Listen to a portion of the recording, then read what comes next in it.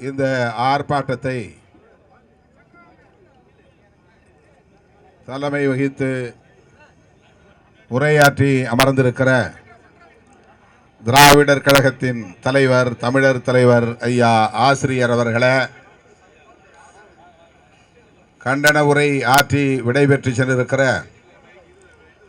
திராவிட முன்னேற்றக் கழகத்தின் முன்னணி பொறுப்பாளர் அண்ணன் மேனாள் நாடாளுமன்ற உறுப்பினர் TKS இளங்கோவன் அவர்களே, மேனாள் அமைச்சர் அண்ணன் PK சேகர்பாபு அவர்களே, மேனாள் சட்டமன்ற உறுப்பினர் விடுதலை சிறுத்தைகள் கட்சியின் மாநில பொருளாளர் தம்பி SS பாலாஜி அவர்களே, மறுமலர்ச்சி திராவிட முன்னேற்றக் கழகத்தின் அரசியல் ஆய்வு மைய செயலாளர் ஆவடி அந்திரிதாஸ் அவர்களே, CPI தென்சென்னை மாவட்ட செயலாளர் தோழர் SK சிவா அவர்களே, CPM மைய சென்னை மாவட்ட செயலாளர் தோழர் G செல்வா அவர்களே, இந்திய யூனியன் முஸ்லீம் லீக்கின் தலைமை நிலைய செயலாளர் மேனாள் சட்டமன்ற தலைமை நிலைய செயலாளர் KM நிஜாமுதீன் அவர்களே, மனிதநேய மக்கள் கட்சி துணை பொதுச் செயலாளர் M யாக்கூப் அவர்களே, மனிதநேய ஜனநாயக கட்சியின் மாநில துணை செயலாளர் அரிமா அசாருதீன் அவர்களே, SDPI மாநில பொதுச் செயலாளர் AK கரீம் அவர்களே, திராவிட இயக்க தமிழர் பேரவையின் துணை பொதுச் செயலாளர் இரா உமா அவர்களே, பொதுப்பள்ளிக்கான மாநில மேடையின் பொதுச் செயலாளர் தோழர் பிரின்ஸ் கஜேந்திர பாபு அவர்களே, திராவிடர் கழகத்தின் துணைத் தலைவர் மதிப்பிற்குரிய அண்ணன் கவிஞர் களி பூங்குன்றன் அவர்களே, மற்றும் இந்த நிகழ்வில் பங்கேற்று இதனை சிறப்பித்துக் கொண்டிருக்கிற விடுதலை சிறுத்தைகள் உள்ளிட்ட நமது தோழமை கட்சிகளை சார்ந்த மாவட்ட பொறுப்பாளர்களே, திரளாக கூடியிருக்கிற தமிழ் சொந்தங்களே, உங்கள் அனைவருக்கும் என்னுடைய அன்பு கலந்த வணக்கத்தை தெரிவித்துக் கொள்கிறேன். தவிர்க்க முடியாத நிகழ்ச்சி ஒன்றில் நான் பங்கேற்று ஒரு சந்திப்பையும் முடித்து கொண்டு இங்கு வந்து சேர சற்று காலத்தாழ்வு நேர்ந்து விட்டது. அதற்காக முதலில் எனது வருத்தத்தை தெரிவித்துக் கொள்கிறேன். தமிழர் தலைவர் ஐயா ஆசிரியர் அவர்கள் விரிவாக நம்மிடையே உரையாற்றியிருக்கிறார். நீட் தேர்வு தமிழ்நாட்டுக்கு மட்டுமல்ல, ஒட்டுமொத்த இந்தியாவுக்கே எதிரானது. மாணவ செல்வங்களுக்கு மட்டுமல்ல, மக்களுக்கே எதிரானது. ஆகவே இதை முற்றாக கைவிட வேண்டும் என்பதுதான் நம்முடைய முதன்மையான கோரிக்கை. விடுதலை சிறுத்தைகள் கட்சியை பொறுத்தவரையில் தொடர்ந்து நீட் தேர்வை முற்றாக கைவிட வேண்டும், இது தமிழ்நாட்டு கோரிக்கை அல்ல, இந்திய தேசத்தின் கோரிக்கை என்று திரும்ப திரும்ப வலியுறுத்தி வருகிறோம். கடந்த மே மாதம் 3ஆம் தேதி நடைபெற்ற நுழைவுத் தேர்வை திடுமென 13ஆம் தேதி என்று கருதுகிறேன் ரத்து செய்துவிட்டது தேசிய தேர்வு முகமை. அதற்கு காரணம் ராஜஸ்தான், உத்தரகாண்ட், பீகார், மத்திய பிரதேசம், கேரளா போன்ற மாநிலங்களில் நீட் தேர்வுக்கான வினாத்தாள்கள் தேர்வு எழுதுவதற்கு முன்பே வெளியாகிவிட்டது, கசிந்து விட்டது. அது மிக பெருமளவில் வியாபாரமாக்கப்பட்டிருக்கிறது.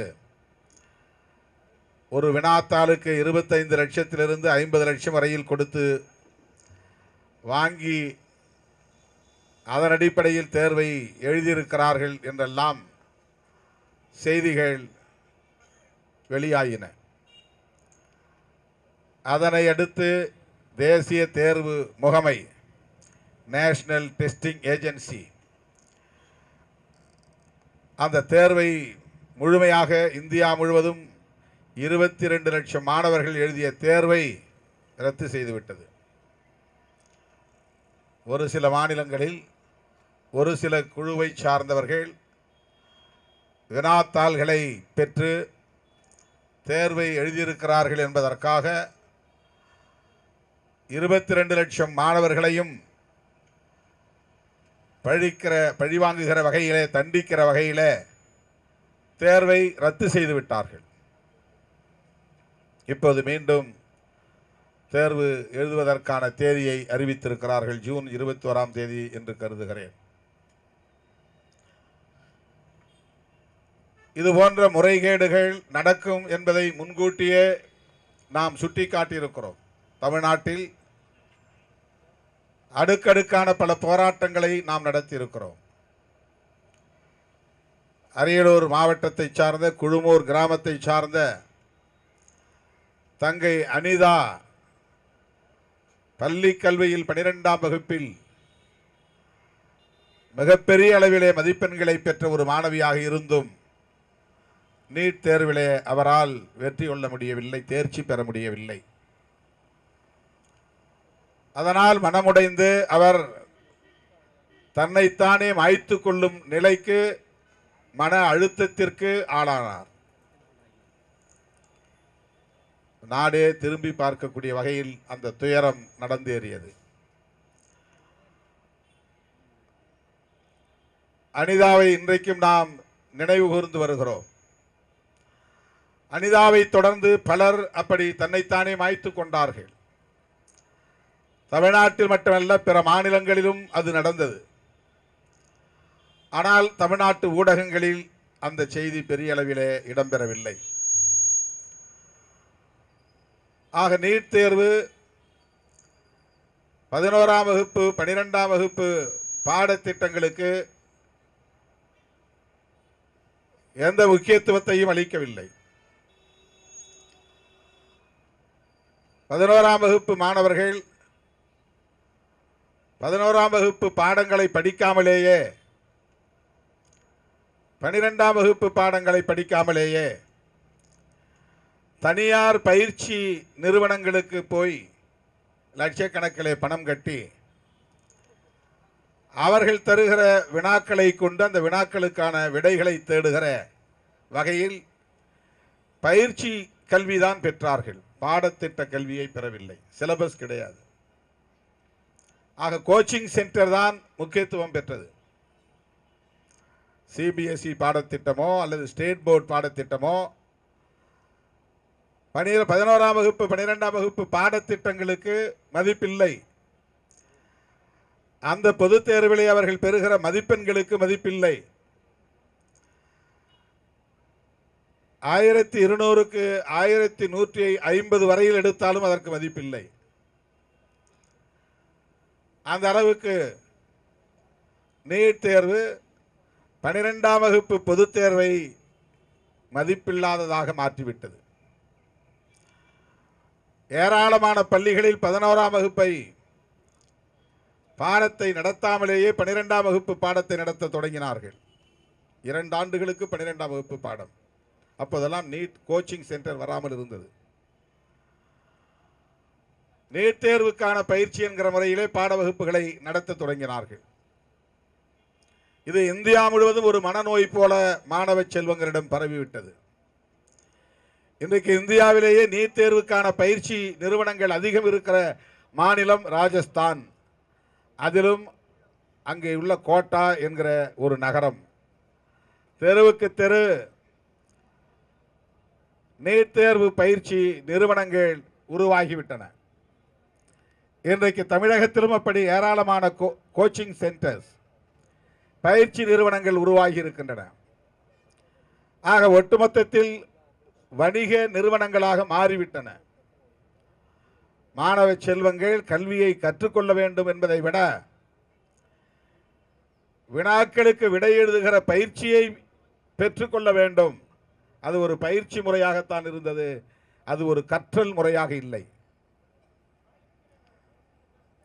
அது ஒரு எஜுகேட்டிவ் ப்ராசஸாக இல்லை. வெறுமென கோச்சிங் ப்ராசஸாகத்தான் இருந்தது.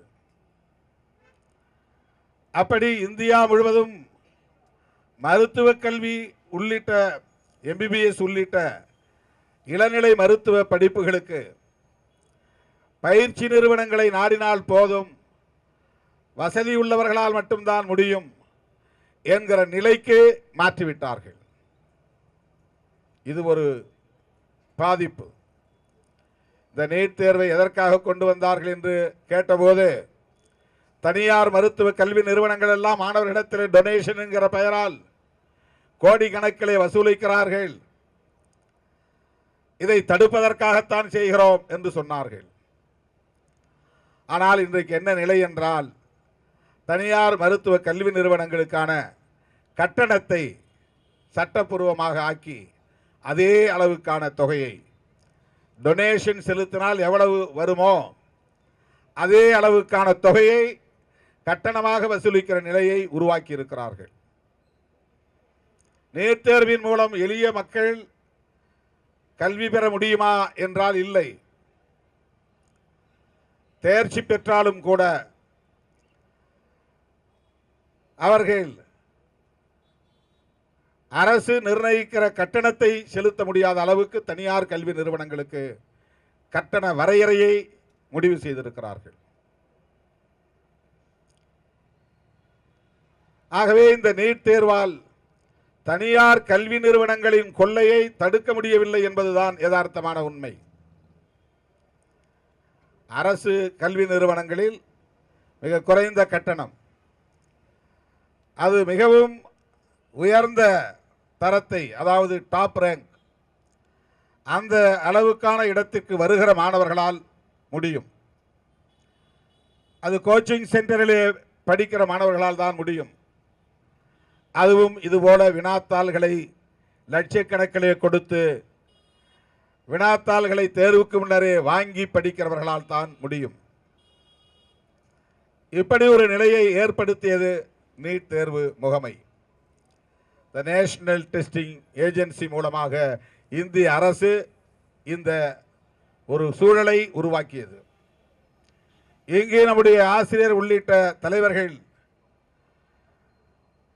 வலியுறுத்தி இருக்கிற முக்கியமான கருத்து, கல்வி அதிகாரம் தொடர்பாக அரசமைப்பு சட்டம் என்ன வரையறையை தந்திருக்கின்றனவோ வரையறைகளை, அந்த வரையறைகளை மீறுகிற வகையில் இந்திய ஒன்றிய அரசு தான் தோன்றித்தனமாக மாநில அதிகாரங்களில் தலையீடு செய்கிறது. அதனால் இது அன்கான்ஸ்டிடியூஷனல் என்பதை இங்கே எடுத்துரைத்தார்கள். அரசமைப்பு சட்டத்திற்கே எதிரானது. இந்திய ஒன்றிய அரசுக்கான அதிகாரங்கள், மாநில அரசுகளுக்கான அதிகாரங்கள், ஒன்றிய அரசும் மாநில அரசுகளும் இணைந்து ஒத்திசைந்து முடிவெடுக்க கூடிய அதிகாரங்கள் என்று state list, union list, concurrent list என்று அதிகாரங்களை அரசமைப்பு சட்டம் வகைப்படுத்தி இருக்கிறது. இந்திய ஒன்றிய அரசுக்கான அதிகாரங்கள் எந்தெந்த துறைகளில் உள்ளன என்பது வரையறுக்கப்பட்டிருக்கிறது. அதிலே மாநில அரசுகள் தலையீடு செய்ய முடியாது. மாநில அரசுகளுக்கான அதிகாரங்கள் என்னென்ன, எந்தெந்த துறைகளை சார்ந்த அதிகாரங்கள், இவையும் வரையறுக்கப்பட்டு விட்டன. இந்திய ஒன்றிய அரசு அந்த அதிகார பட்டியலுக்குள் தலையீடு செய்யக்கூடாது. கன்கரண்ட் லிஸ்ட், இரு அரசுகளும், ஒன்றிய அரசு மாநில அரசு, இவை கலந்து பேசி ஒரு ஒத்திசைவுக்கு வர வேண்டும். அதுதான் கன்கரன்ஸ். இரண்டு பேரும் சேர்ந்து முடிவெடுத்தல், கலந்தாய்வு செய்து முடிவெடுத்தல், ஒருவருக்கொருவர் கருத்துக்களை பகிர்ந்து கொண்டு உடன்பட்ட நிலையில் எடுக்கிற முடிவு.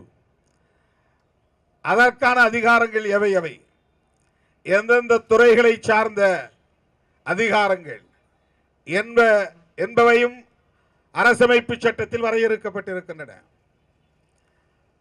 கல்வி அதிகாரம் என்பது முழுக்க முழுக்க மாநில அரசின் கட்டுப்பாட்டில் இருக்கிறது.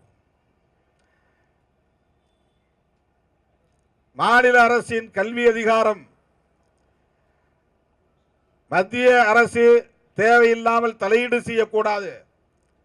பல்கலைக்கழகங்களில் யுஜிசி, அது இந்திய ஒன்றிய அரசின் கட்டுப்பாட்டில் இருக்கின்றது ஒரு நிறுவனம். அந்த அளவில் அவர்கள் தலையீடு செய்ய முடியும். ஆனால் மாநில அரசின் ஒப்புதலின்றி தலையீடு செய்ய முடியாது. மாநில அரசின் ஒப்புதலின்றி தலையீடு செய்ய முடியாது. ஆனால் இவர்கள் தங்களுடைய அதிகாரத்தை பயன்படுத்தி தமிழ்நாடு அரசு ஏற்கனவே நீட் தேர்வு கூடாது என்று சட்டமன்றத்திலே தீர்மானம் நிறைவேற்றியது மட்டுமில்லாமல் சட்ட மசோதாவை நிறைவேற்றி அனுப்பியும் கூட அதை ஏற்க மறுக்கிறது. இது அன்கான்ஸ்டிடியூஷனல், அரசமைப்பு சட்டத்திற்கு விரோதமானது.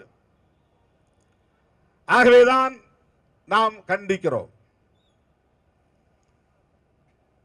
இன்றைக்கு வினாத்தாள்கள் கசிந்திருப்பதை தர்மேந்திர பிரதான் இந்திய ஒன்றிய அமைச்சர் ஒப்புக்கொண்டிருக்கிறார், ஒப்புதல் வாக்குமூலம் தந்திருக்கிறார். சிபிஐ விசாரணை நடத்துகிறது என்று சொல்லி இருக்கிறார். இது முதல் முறை அல்ல, ஏற்கனவே பல முறை இந்த குற்றச்சாட்டுகள் எழுந்தன. 2024 இது தொடர்பான ஒரு விசாரணை நடக்க ஆணையிட்டார்கள், விசாரணை நடத்துவதற்கு ஆணையிட்டார்கள். தமிழ்நாடு அரசு நீட் தேர்வு தொடர்பாக AK ராஜன் நீதியரசர் தலைமையிலே ஒரு குழுவும் அமைத்தது. இப்படியெல்லாம் நீட் தேர்வுக்கு எதிரான நிலைமைகள் போய்கொண்டிருக்கிற நிலையில்தான் இன்றைக்கு திராவிடர் கழகத்தின் தலைமையில் இந்த ஆர்ப்பாட்டம் ஒருங்கிணைக்கப்பட்டிருக்கிறது. திராவிடர் கழகம் அனைத்து கட்சிகளுக்கும் ஒரு தாய் கழகமாக தமிழகத்தில் இயங்கிக் கொண்டிருக்கிறது என்பதை நாம் அறிவோம். திராவிட இயக்கங்களுக்கு மட்டுமின்றி அனைத்து கட்சிகளுக்கும் வழிகாட்டக்கூடிய ஒரு இயக்கம் என்பதிலே யாருக்கும் மாற்று கருத்து இல்லை. அதன் அடிப்படையில் இன்றைக்கு திராவிடர் கழகம் ஒருங்கிணைத்திருக்கிற இந்த ஆர்ப்பாட்டத்தில் அனைத்து கட்சியினரும் நாம் பங்கேற்றிருக்கிறோம். இந்திய ஒன்றிய அரசுக்கு எச்சரிக்கையுடன் கூடிய வேண்டுகோளை விடுத்திருக்கிறோம், கண்டனத்துடன் கூடிய வேண்டுகோளை வைத்திருக்கிறோம். இந்திய அளவில் இதனை முற்றாக கைவிட வேண்டும். மாநில அரசுகளுக்கு இந்த அதிகாரத்தை தர வேண்டும். கடந்த காலங்களில் மருத்துவ கல்விக்கான நுழைவுத் தேர்வை மாநில அரசுகளே நடத்தி மாணவர்கள் சேர்க்கையை வெற்றிகரமாக நடத்தி இருக்கின்றன. ஆனால் அதன் பிறகு கலைஞருடைய ஆட்சி காலத்தில் தொழிற்கல்விக்கான நுழைவுத் தேர்வையும் ரத்து செய்கிற சட்டம் கொண்டு வந்தார்கள். 12ஆம் வகுப்பு மதிப்பெண்களின் அடிப்படையிலேயே மாணவர் சேர்க்கையை நடத்தி கொள்ளலாம் என்கிற ஒரு சூழலை தமிழ்நாட்டில் திமுக அரசு உருவாக்கியது. ஆக அதனையே பின்பற்ற வேண்டும். புதிதாக ஆட்சி பொறுப்பேற்றிருக்கிற தமிழக அரசும் அதை பின்பற்ற வேண்டும் என்கிற வேண்டுகோளை விடுதலை சிறுத்தைகள் கட்சியின் சார்பிலே நான் வைக்க கடமைப்பட்டிருக்கிறேன். தமிழ்நாட்டு மாணவர்களின் நலன் மட்டுமல்ல, இந்தியா முழுவதும் லட்சக்கணக்கான மாணவர்களின் நலன்களை கருத்தில் கொண்டு இதனை நாம் முன்னெடுக்க வேண்டும். பிற மாநிலங்களில் எதற்கான விழிப்புணர்வையும் நாம் ஏற்படுத்த வேண்டும். நீட் தேர்வுக்கான விழிப்புணர்வை பிற மாநில ஜனநாயக சக்திகளை ஒருங்கிணைத்து அணிதிரட்ட வேண்டிய தேவை இருக்கிறது. திராவிடர் கழகம் அத்தகைய முன்னெடுப்பையும் செய்ய வேண்டும். முதலில் தென்னிந்திய அளவிலாவது அத்தகைய முன்னெடுப்பை செய்ய வேண்டும். அகில இந்திய அளவில் இதுபோன்ற முற்போக்கான கருத்துக்களை முன்வைப்பதற்கும் மக்கள் நலன் சார்ந்த போராட்டங்களை முன்னெடுப்பதற்கும் தமிழ்நாடு வழிகாட்டும் மாநிலமாக இருந்து வருகிறது, முன்னோடி மாநிலமாக இருந்து வருகிறது. அதிலும் குறிப்பாக திராவிடர் கழகம் அதற்கான பல முன்னெடுப்புகளை எடுத்திருக்கிற வரலாறும் உண்டு.